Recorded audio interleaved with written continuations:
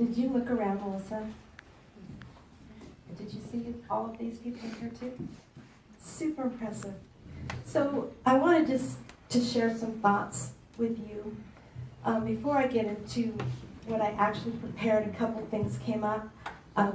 Colin Firth is my profile picture on Facebook right now, so you know. It was my school picture, and then I decided he's prettier, so I put him on instead. When you guys were going through the house, did you find Spode Christmas chinaware? My mom used to send Grace Spode at Christmas, a lot of it. The roses on the side of the house had a gate. You couldn't get to them just to go in the backyard. There was a gate there, and Melissa told me once that there was an alligator back there, so I couldn't go back there to look at the roses. She's a great deceiver.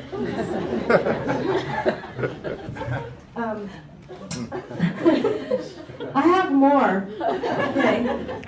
They don't know who you are. Okay, I'm Mary Grace Jensen, and our family lived next door to the Biggers before Tim's family lived next door to the Biggers. And so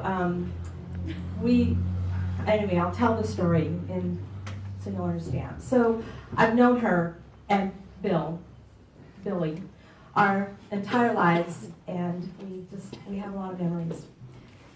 One thing Grace would always say when we were together was, "Mary, did you know?" Just like I said that. And those of you that know her know she said that all the time. So to honor Grace, did you know? I've known Melissa and Bill for literally my entire life. I'm just 1 year older than Melissa. I moved away from next door when I was about 4 years old.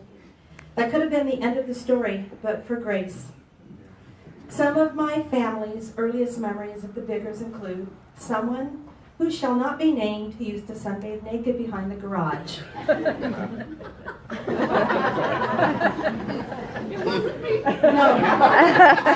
I mouthed the name. Okay. I believe there were raspberries that hung over the fence that my older sisters used to gobble up, and then Grace would lean over the fence and catch them. Ovaltine was the drink of choice, and we never had it at our house. It was a treat to go over and have Ovaltine at Grace's house. Adele, my older sister Adele, and my older sister Jeannie remember going to Vicky's Toy Town at the Whitwood Mall, and Grace would take them there every birthday and buy them a present. I also remember going to the movie theater at the Whitwood Mall with Melissa, and Grace would pop popcorn and put it in brown paper sacks for us, and that was our treat at the movie theater. I bet you're surprised that I'm remembering all these things, yeah. And then there's Jeannie used to babysit Bill and Melissa, and her favorite thing was to go in the kitchen and go through all the cupboards and find the candy in the cupboards that Grace had stashed away. Then there's Bob's favorite story. So whenever we would come back to California and go on vacation, we would always meet up with the Biggers all the time, every time. And Bob's favorite story was about my sister Jean. He came home from work one day, and she was sitting in the front yard in just a wet diaper, screaming and crying and sobbing, yelling, "I'm dying," because she sat in an anthill and ants were crawling all over her. And so he every time we got together, "Mary, did I ever tell that story about your sister Jean?" And she sat on the ants and she cried, "I'm dying." That's one of our favorite memories. I have a faint memory of Melissa and I having an argument about my mom's name. We had to be about 3 and 4. She would say, "Her name is Ethel," and I would argue back, "No, it's Mommy." After we moved away, why did Grace encourage and even promote a friendship between us kids?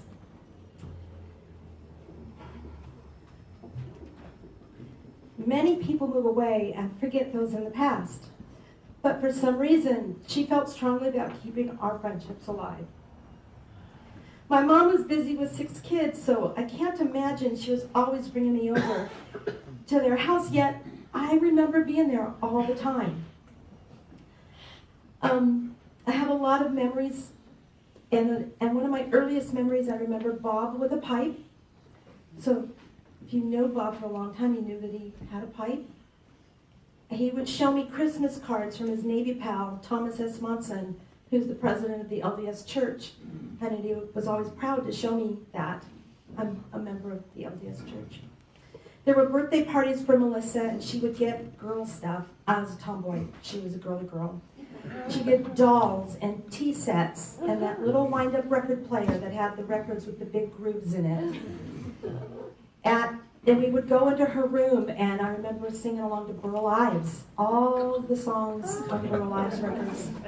And Itsy Bitsy Spider and everything, Burl Ives sang it all.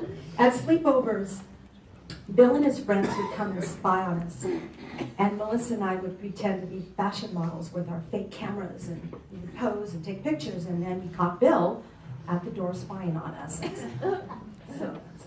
Because I was a tomboy, I would make Melissa play hockey on the driveway.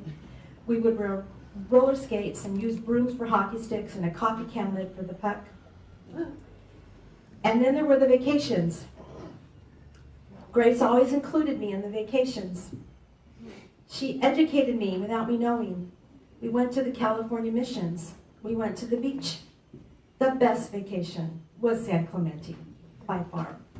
Were you there? Or where was Nathan there? Okay. Had a great balcony and had a telescope, and was great for viewing the boys on the beach. Teenagers, absolutely. Years later, my husband got cancer and died, and I was left alone with 3 little kids, ages 5, 3, and 1. I moved to Utah with a plan to go to college and become a teacher. Money was always tight during those years. Grace was so encouraging. She sent me regular cards with notes of "you can do it," along with a check that would be in the nick of time to put food on the table. When I graduated, she, Melissa, and her family came to Utah. I have a photo of her at my graduation. I can't stress enough how important her love and care for me and my kids meant to all of us. I can't see. Because my eyes are watering. This is how you know you're old. This goes out to her. When we would come to California vacations, we would always find a way to get together. My granddaughter is even named Bailey Grace. My last memory of Grace is from 2 years ago when my sister Adele rented a condo in Solana Beach. Grace and Bob met us for lunch at a fish place, then we went back to the condo to see the view of the ocean.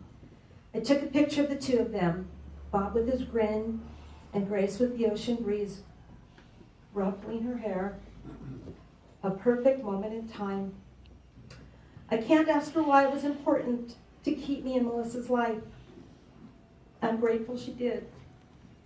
And when we meet again, I'm sure we'll all sit down together, and with her enthusiasm for knowing about heaven, she will look at me and say, "Mary, did you know?" I say these things in the name of Jesus Christ. Amen.